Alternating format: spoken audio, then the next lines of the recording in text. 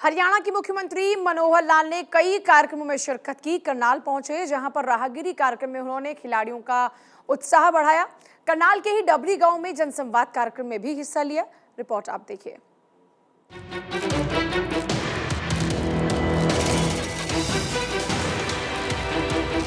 CM Manohar Lal का जनसंवाद कार्यक्रम, लोगों की समस्याओं का पल भर में समाधान, खिलाड़ियों का सीएम ने बढ़ाया उत्साह।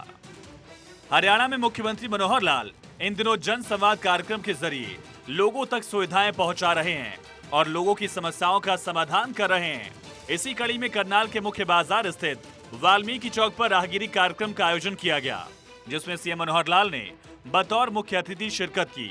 इस कार्यक्रम के दौरान सांस्कृतिक कार्यक्रमों की मस्ती से लेकर अलग अलग खेल गतिविधियों के साथ द ग्रेट खली लोगों के आकर्षण का केंद्र रहे। कार्यक्रम में सांस्कृतिक कार्यक्रमों का आयोजन योग, पुलिस बैंड, मटका दौड़, skating, badminton, boxing, kabaddi, cycling, volleyball, football का आयोजन हुआ। सीएम ने सभी खिलाड़ियों का हौसला बढ़ाया। सीएम मनोहर लाल ने लोगों को संबोधित करते हुए कहा कि राहगिरी कार्यक्रम को अपने जीवन का हिस्सा बनाएं, इसके साथ जुड़े रहें। सीएम ने कहा कि बेटी बचाओ बेटी पढ़ाओ, पर्यावरण संरक्षण, जल संरक्षण और नशा मुक्ति का संदेश दिया जा रहा है। इन संदेशों को संत महात्माओं, ऋषि मुनियों और विभिन्न संस्थाओं की तरफ से भी प्रसारित किया जा रहा है, ताकि समाज में एक बदलाव आए और लोगों का जीवन सरल, सुगम और खुशहाल बने। हमारे करनाल वासी वर्षों बाद आज फिर से राहगिरी के कार्यक्रम में शामिल होकर और किस प्रकार का एक आनंदमयी वातावरण, कहीं खेल, कहीं योग, इस काम को करने के लिए हम सब लोग प्रातः उठकर यहाँ पहुंचे हैं। निश्चित रूप से अपना भी लाभ है, समाज का भी लाभ है। जन जागरण के नाते बहुत से विषयों की जानकारियां होती है, सामाजिक संस्थाएं इसमें भाग लेती हैं, सरकारी कर्मचारी भाग लेते हैं। इसके अलावा सीएम मनोहर लाल ने डबरी गांव में जनसंवाद किया और लोगों की समस्याओं का मौके पर निपटारा किया। सीएम मनोहर लाल ने इस दौरान कई घोषणाएं की। जमीन के बदले जिम खोलने का ऐलान किया गया, जो 2 एकड़ जमीन देगा।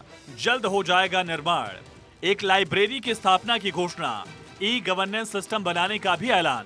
सीएम ने कहा, सरकारी दफ्तरों के चक्कर नहीं काटने पड़ेंगे। बुढ़ापा पेंशन में होगी बढ़ोतरी। कि जो कोई काम पंचायती राज की सूची में होते हैं, 28 प्रकार के अलग अलग प्रकार के काम होते हैं, उनको एक्ट के हिसाब से उनको अधिकार भी होते हैं, उनकी जिम्मेवारी भी होती है। पैसा भी सेंटर से भी आता है, स्टेट से हम भी देते हैं, कुछ अपनी इनकम होती है। लेकिन वो अभी तक ये था कि जो हमारे पास यहाँ काम आ जाते हैं, कोई भी नागरिक हमको पहुँचाता है तो हम उनको पहले भेज देते थे, उनकी डिस्क्रिप्शन है कि उस काम को करें या न करें। अब जो काम हमारे यहाँ से भी जाएंगे स्टेट गवर्नमेंट से, वो उनको करने होंगे जो उनके दायरे में काम आते हैं।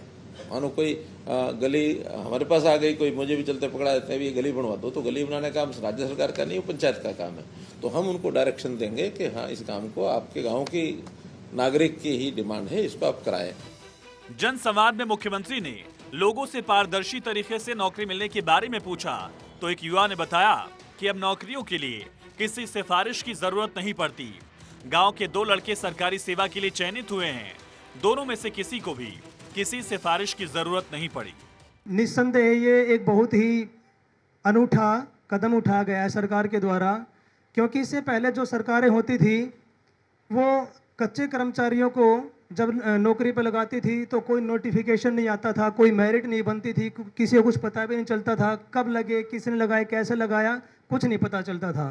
अब बिल्कुल पारदर्शिता आ चुकी है और इस पर पारदर्शिता के लिए हमारी वर्तमान हरियाणा सरकार बिल्कुल निस्संदेह धन्यवाद की पात्र है हम आम जनता की तरफ से कि उन्होंने इतनी बड़ी पहल शुरू की और इसमें निस्संदेह आगे से आगे सुधार होता दिख रहा है, जो हम टीवी पे, अखबार में पढ़ते हैं, देखते हैं।